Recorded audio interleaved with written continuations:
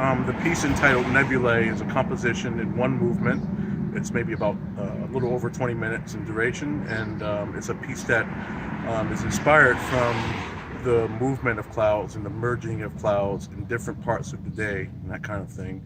And I wanted to create a piece for the saxophone quartet that didn't necessarily sound like what your typical saxophone quartet would sound like. In other words, I wanted to get away from the sort of idiomatic compositional traits that go into writing for that instrumentation. And so I decided to create this piece that is based on that, and it goes into many different musical languages that I tend to use in my work.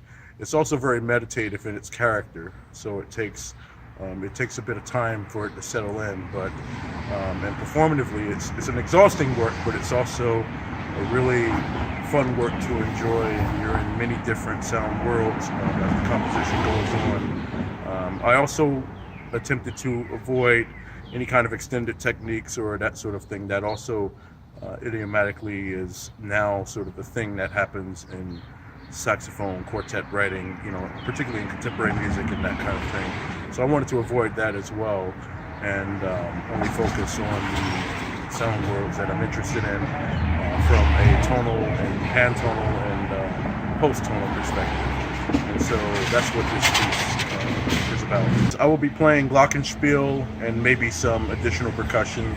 I'm still working out how I'm going to interact with the music and everything, but I think that's going to be the ideal instruments that I'm going to be using. Some glockenspiel and more resonant or metal metallic instruments. Why glockenspiel? Glockenspiel is an instrument that has been pretty close to me ever since I began checking out a lot of new music and that kind of thing. And now that I finally have one, now that I finally own one, it's called four-octave glockenspiel, which is amazing. It almost has a vibraphone-like quality to it, and so I've been getting very much into performing on mallet instruments in compositions that I've done, because I wanted to. Originally, I was going to be performing on drum set, but I wanted to.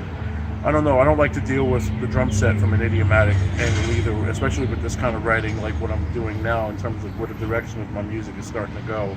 And I'm very much into resonance as a sonic ideal.